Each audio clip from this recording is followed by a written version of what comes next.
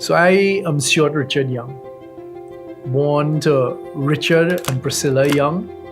I am the eldest of 3 children. I was born on the 9th of February 1975, right there on Henry Street in Port of Spain. I was called to politics in 2015, September 2015, when I was elected the Member of Parliament for Port of Spain North, St. Anne's West. And here I am today.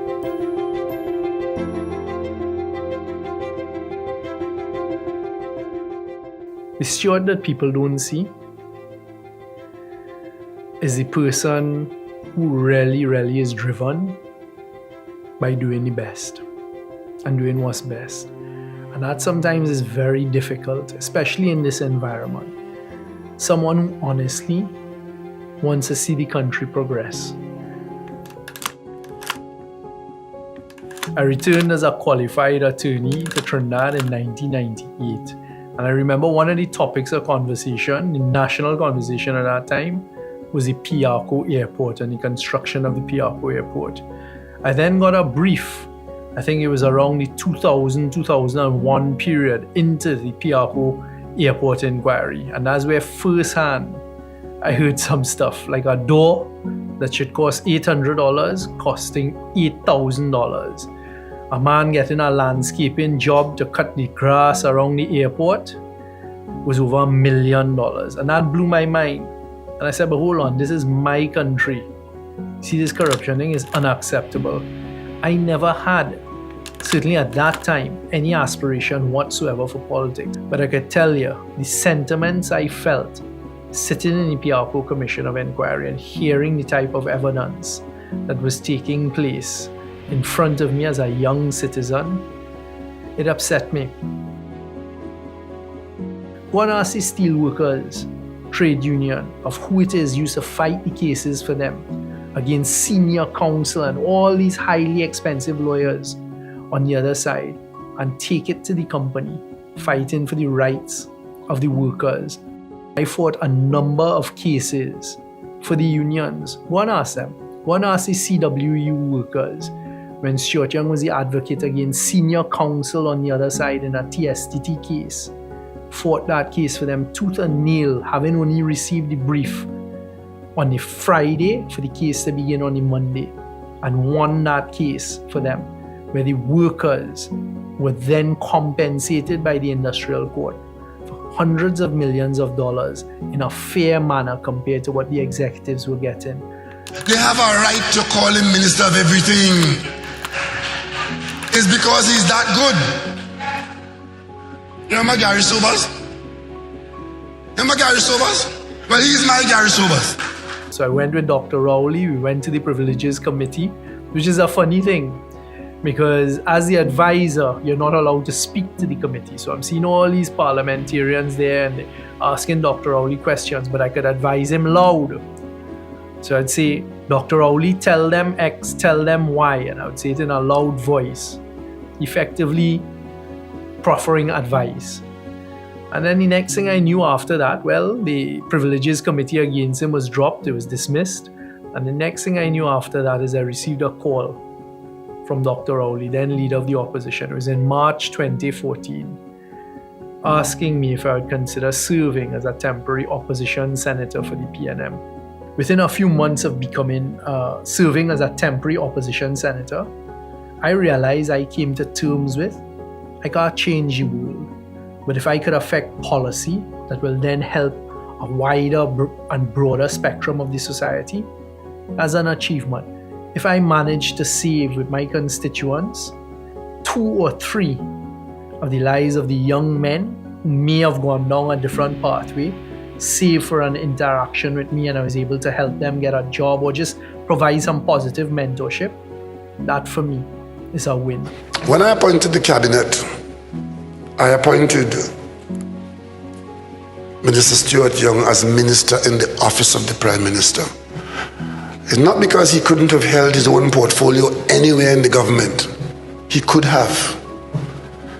But maybe I wouldn't have been the Prime Minister that I am without having Minister Young in the Office of the Prime Minister.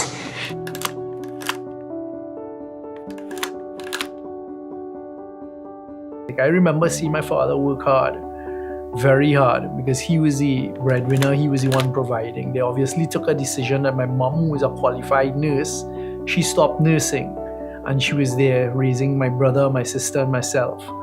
And seeing my father come home every night in his study working, that had a lot of influence on me. But he also pushed very hard the discipline of sport. So I played a lot of sport growing up. Also, I was in Cub Scouts, I was in Sea Scouts. So that was a lot of team building. And that's where I first learned about leadership. Because in both of those, I was the leader in the Cub Scouts and then later on the leader of 6 Trinidad Sea Scouts. I had a great time, not only academically, not only sports-wise, but you see Sea Scouts, 6 Trinidad Sea Scouts played an important role in my life. Because at Form 3, the leader, the person in charge, was being sent to a different school.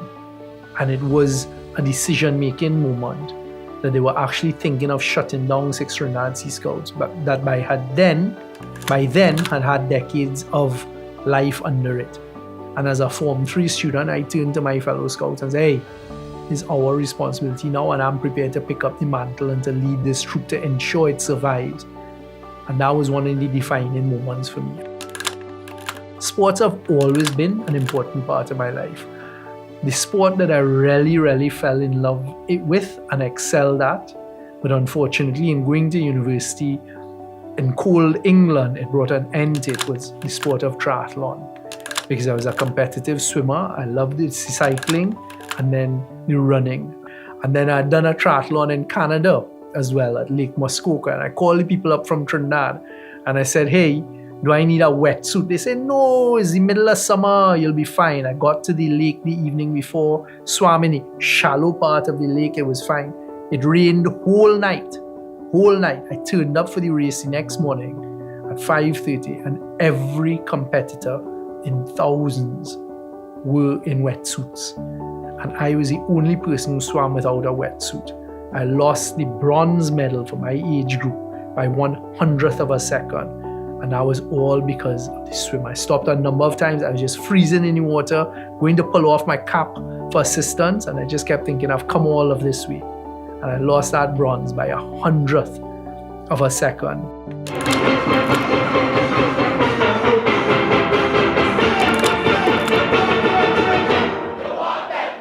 Steel pan and the steel band movement is an escape for me.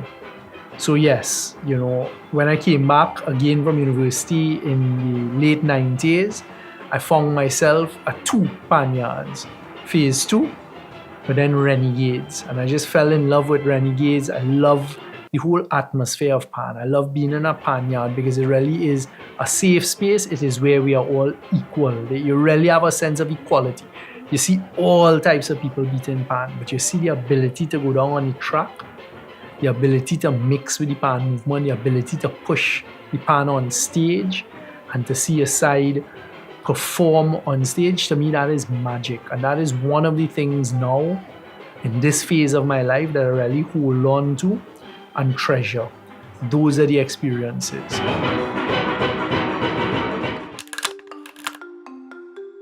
I honestly never saw any disparity. I never saw this concept of race. I had East Indian neighbors, I had African neighbors. There were a couple persons of Caucasian descent in the neighborhood. So on weekends now going down to visit family in Debe, where every week all of my family is of East Indian descent. I just thought those were normal things, right? So how it helped me is, as I say, it gave me a wider appreciation. I mean, not some people, they get caught in their own community. You don't see outside of that. But I grew up in the Port of Spain area, grew up in the Diego Martin area, being exposed to a wide variety of things. But one of the things I always look forward to on every trip to Debe was we had to stop for kachori. I had to get my anchar. I had to get my aloo pie. I love aloo pie. I love a kachori with chutney, and I always used to have that anchar. Yes, grew up eating doubles, but you see those things in Debe. So I would always be thinking about the drive back home, and I would save space from eating lunch because I always wanted my kachori, my aloo pie, and my anchar for later on. My father's family are Chinese. Both of his parents came from China. They by then had migrated with his two sisters to Canada. So almost annually, we would go up to Canada to visit them, and that gave me an exposure then to the Chinese culture. But even when we were there, we would go and experience other cultures. We'd go into the Indian restaurants, the African restaurants, and these types of things. So I have to say that I've always had a wide appreciation of different cultures, different races, different religions.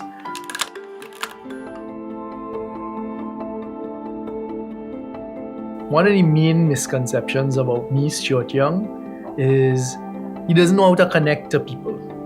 He just doesn't have that connection. When I hear that, I literally have to smile. Let me tell you.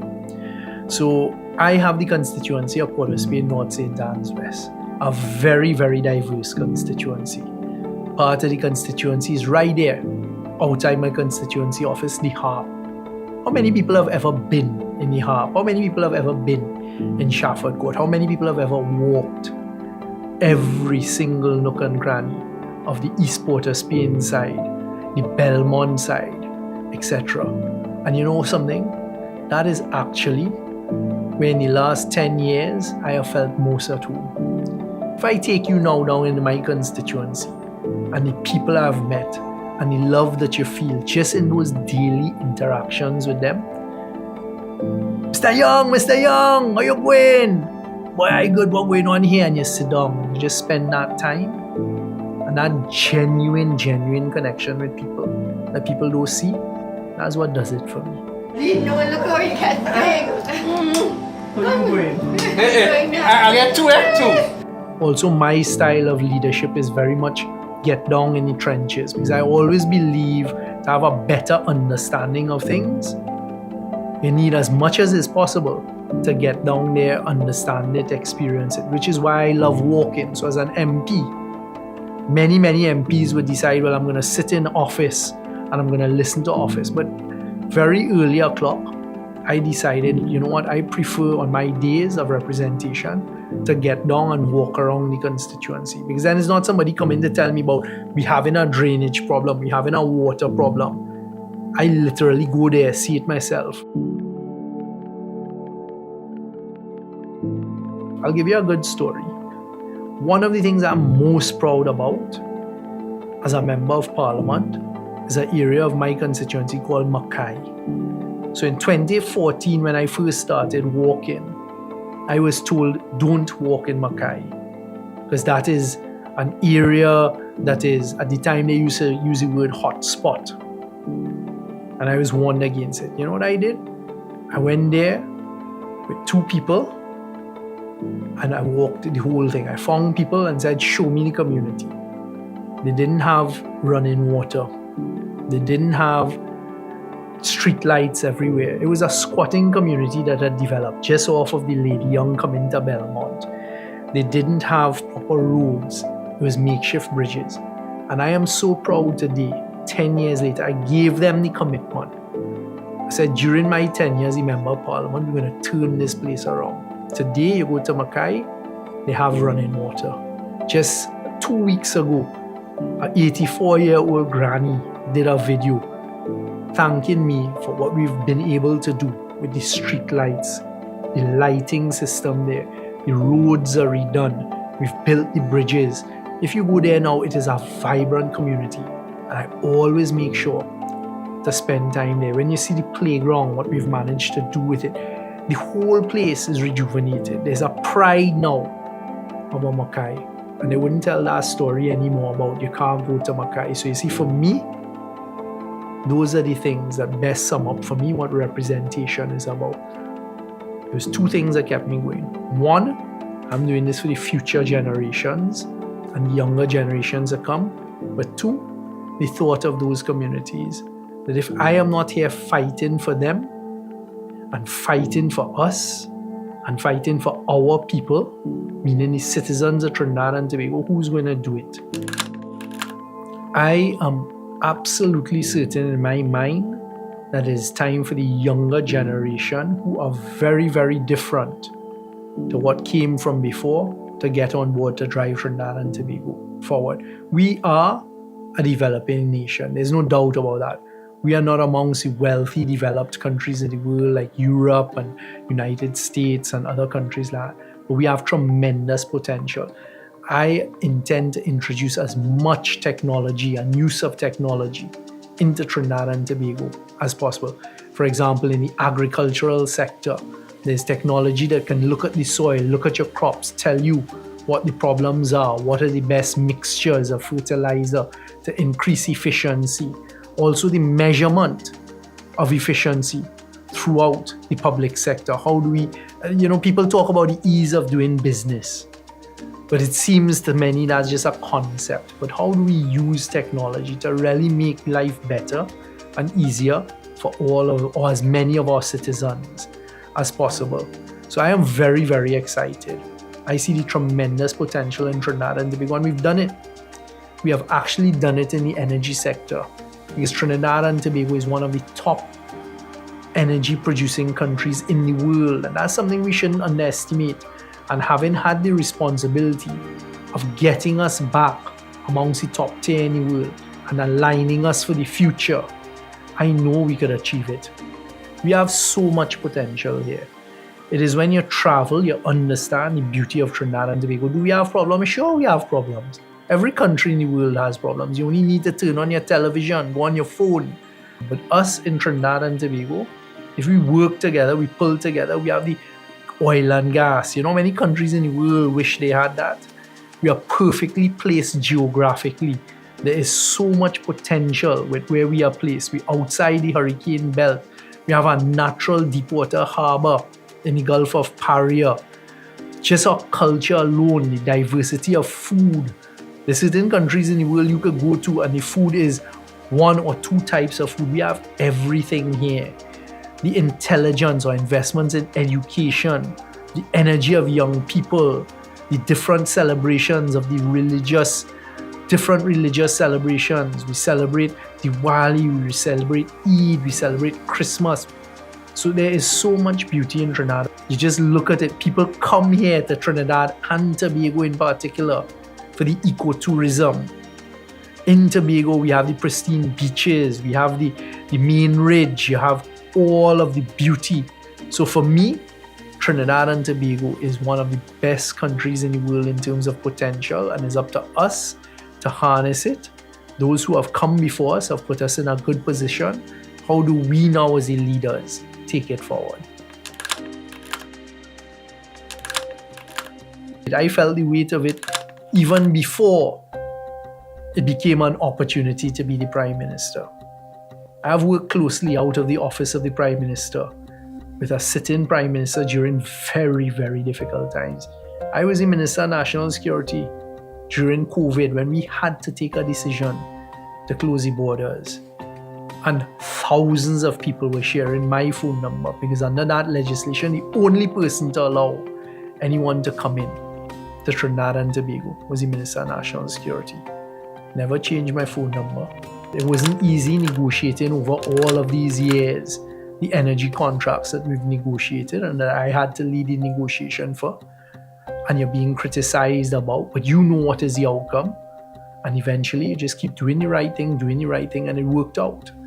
I mean, the restructuring of Atlantic LNG has never been done anywhere in the world. Those are not easy times when you're being put up against the most sophisticated companies in the world like BP and Shell. But that's what responsibility is about. That's what leadership is about. Are you prepared to do the hard work? Are you prepared to take the decisions that are going to affect the majority? Am I prepared to be the villain? Once I can go to sleep at night knowing that I have given the best that I can and that I have taken decisions which come with the responsibility of leadership that are for the betterment of Trinidad and Tobago, yeah, sure. It hasn't been an easy ride in the last 10 years. And there have been many times when I've been targeted and vilified. But ultimately, so far, it has always panned out, and history will show that those decisions were the right decisions for the country. I'm not always going to get it right. No one ever gets every single decision right. And I'm prepared, as I've shown to the public over the last 10 years. If I make a mistake, I'll come out and say I made a mistake and I'll apologize for it. But let's move on now.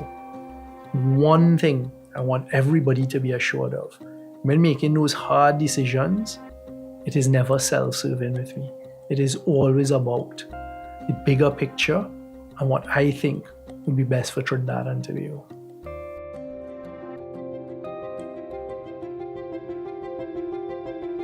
As a Prime Minister, I have absolutely no false apprehension that the difficulty that the job would be. But you know what?